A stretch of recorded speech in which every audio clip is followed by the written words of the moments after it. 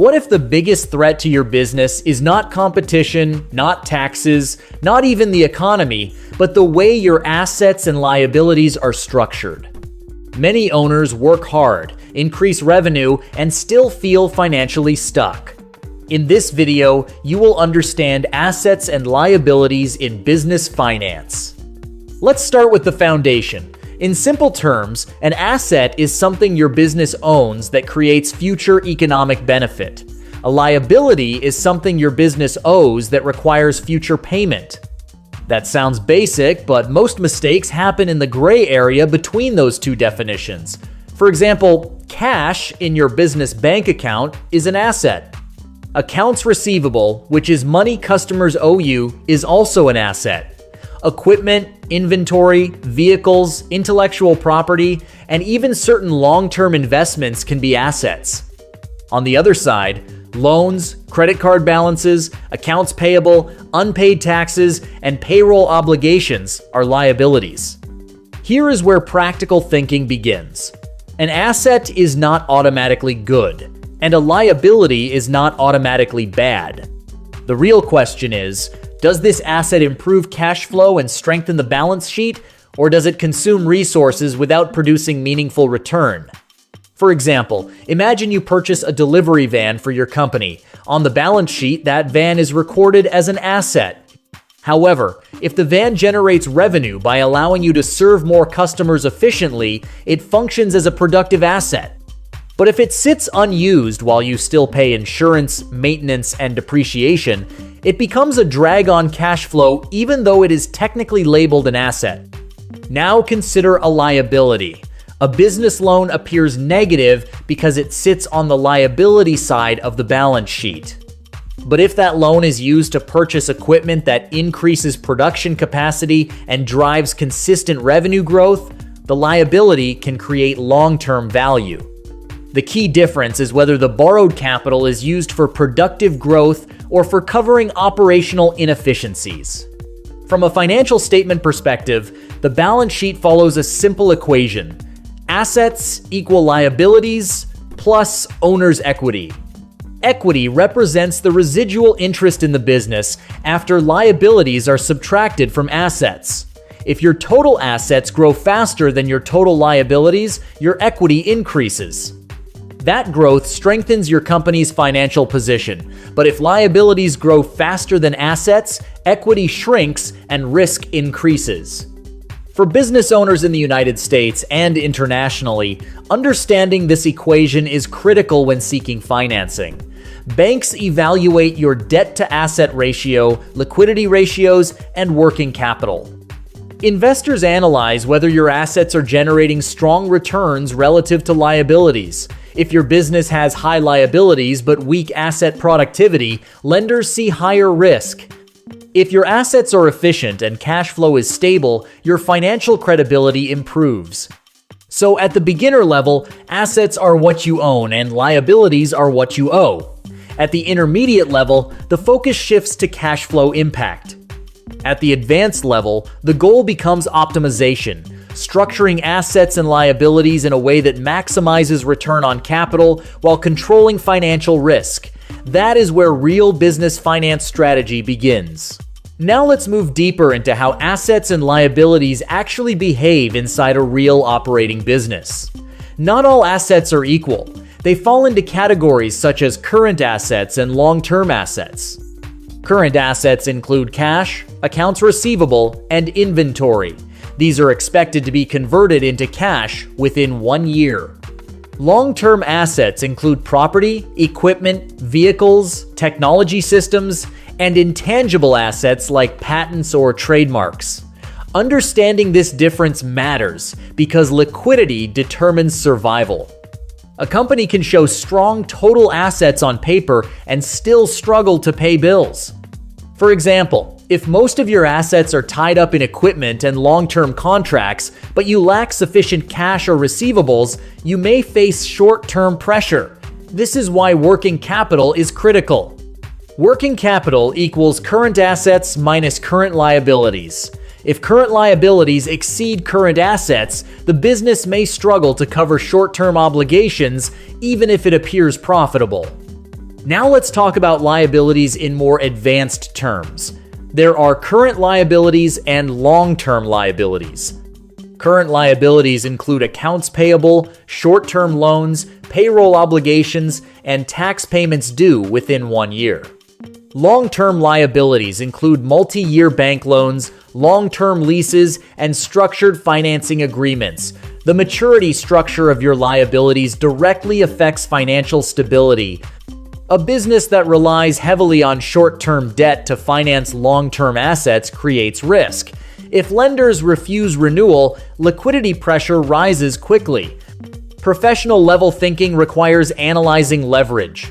Leverage means using borrowed capital to increase potential return. If used correctly, leverage amplifies growth. If mismanaged, it amplifies losses. For example, suppose a business uses borrowed funds to purchase revenue-generating equipment. If the return on that equipment exceeds the interest cost of the loan, the business benefits from positive leverage. However, if revenue declines and interest obligations remain fixed, financial strain increases rapidly. Another advanced concept is return on assets. This measures how efficiently a business uses its assets to generate profit. Two companies may have similar total assets, but the one producing higher net income relative to those assets is operating more efficiently.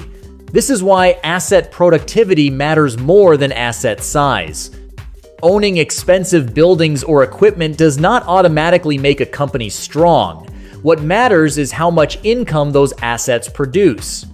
There is also the issue of depreciation. Long-term assets lose value over time. Depreciation spreads the cost of an asset over its useful life. While depreciation reduces accounting profit, it does not always reduce immediate cash flow. Advanced business owners understand the difference between accounting profit and cash flow. They evaluate whether assets generate real cash after expenses, not just paper profits. In global markets, lenders and investors evaluate balance sheet strength before committing capital. They assess liquidity ratios, debt ratios, and asset quality. Businesses with high-quality assets that consistently produce stable cash flow are considered more resilient. Those overloaded with unproductive assets and high-interest liabilities are viewed as fragile. At this stage, understanding assets versus liabilities is no longer about definitions. It becomes about structure, timing, efficiency, and risk control. That is how financial professionals analyze business stability and long-term growth potential. Now let's move into strategic application. Understanding assets and liabilities is powerful, but applying that knowledge correctly is what separates average operators from professional business builders. At this level, you must think in terms of capital allocation. Every dollar inside your business has a job. The question is whether that dollar is assigned to an asset that compounds value or tied to a liability that restricts flexibility. Start by analyzing asset quality. High-quality assets typically have three characteristics. First, they generate consistent cash flow. Second, they maintain or increase in value over time. Third, they strengthen competitive advantage. For example, a well-structured customer database, proprietary software system, or automated production line can become a scalable asset. These types of assets often increase efficiency and margins while reducing long-term operating risk. Now compare that to weak assets. Overstocked inventory that does not sell quickly ties up cash. Office space that is larger than operational needs increases fixed costs. Technology purchased without a clear revenue strategy may become underutilized. Even though these items appear as assets on the balance sheet, they may quietly reduce return on capital. Professional-level owners constantly review asset turnover. Asset turnover measures how efficiently assets generate revenue. If revenue grows faster than total assets, efficiency improves. If assets grow but revenue stagnates, capital may be misallocated. This is why scaling too quickly without demand validation can create hidden financial strain. On the liability side, structure matters just as much as size. Interest rate, maturity schedule, repayment terms, and collateral requirements all influence risk. A business financed primarily with fixed rate, long-term debt may enjoy stability and predictability. In contrast, heavy reliance on variable rate, short-term credit increases exposure to economic shifts. When interest rates rise or revenue dips, repayment pressure can intensify rapidly. Another advanced concept is matching principal alignment. Long-term assets should generally be financed with long-term liabilities or equity. Short-term working capital needs should be financed with short-term facilities. When businesses mismatch these structures, they create refinancing risk. For example, using short-term credit to purchase long-term equipment forces constant renewal risk. If credit conditions tighten, the business may face liquidity stress. From an investor perspective, balance sheet strength often determines valuation. Strong equity position, moderate leverage, and productive assets increase confidence. Weak equity, high leverage, and declining asset productivity, lower valuation multiples. Sophisticated buyers and lenders examine not just totals, but trends.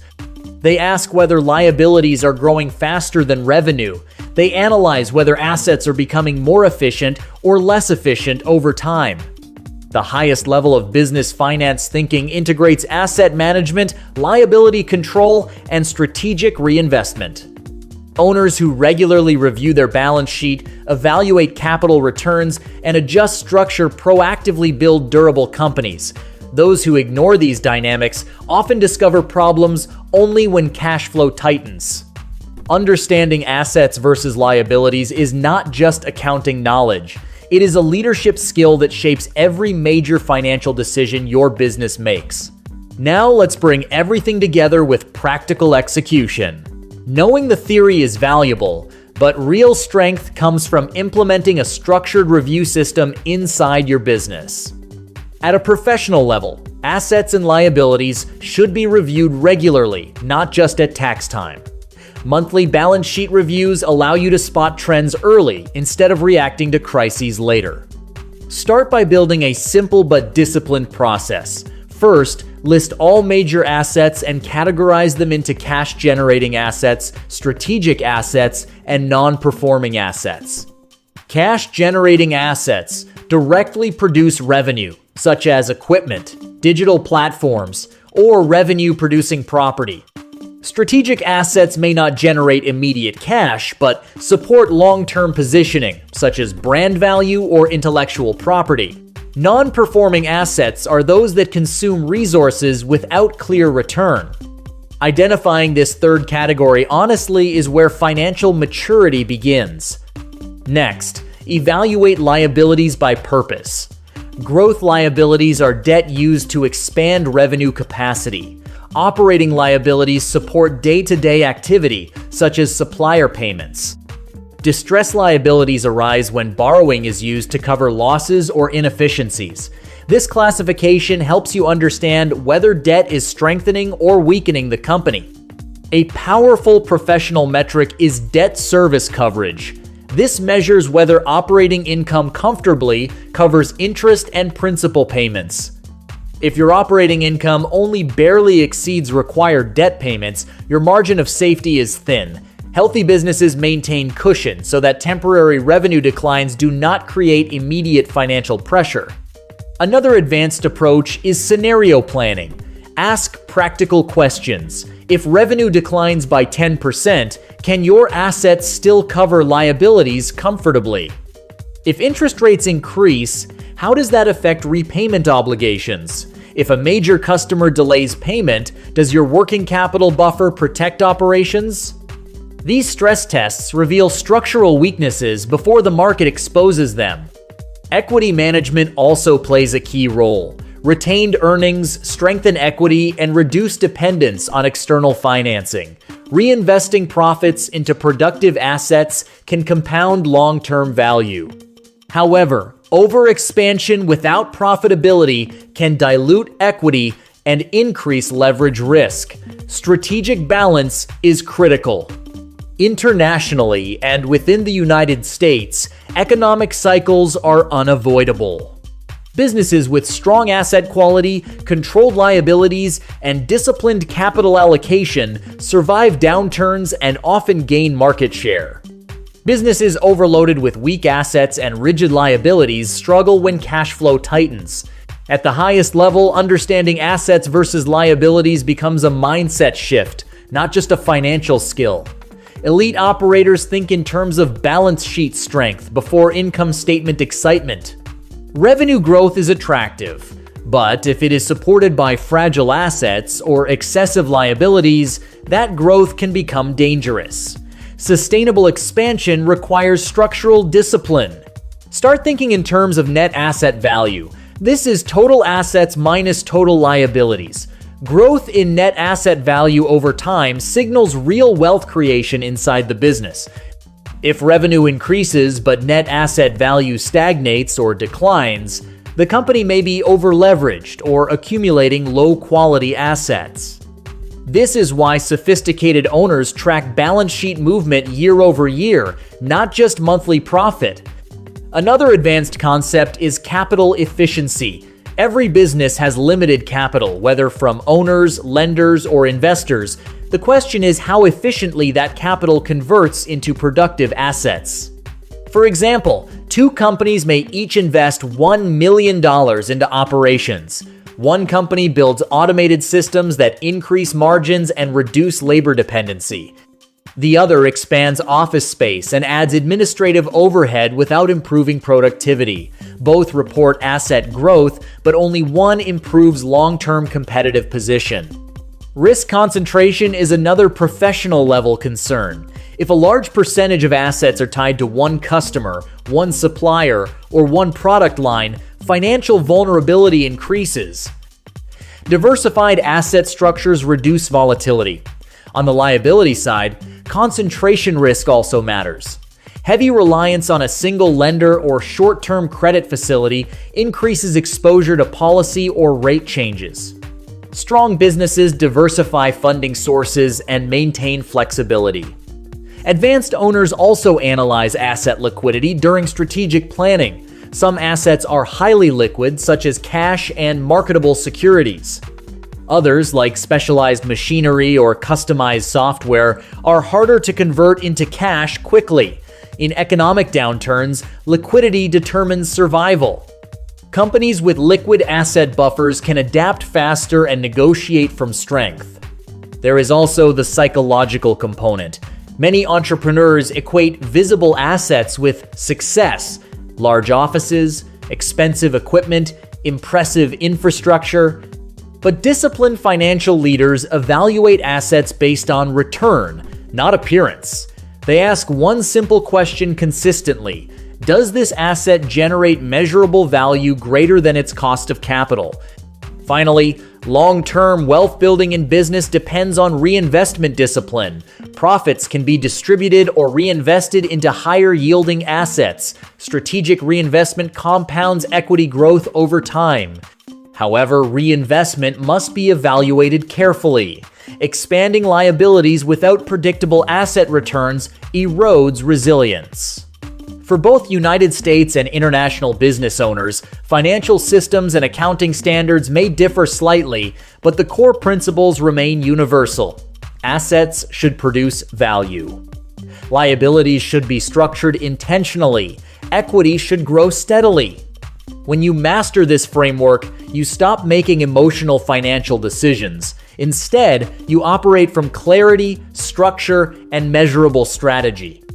That is the level where business finance becomes a competitive advantage rather than a compliance requirement.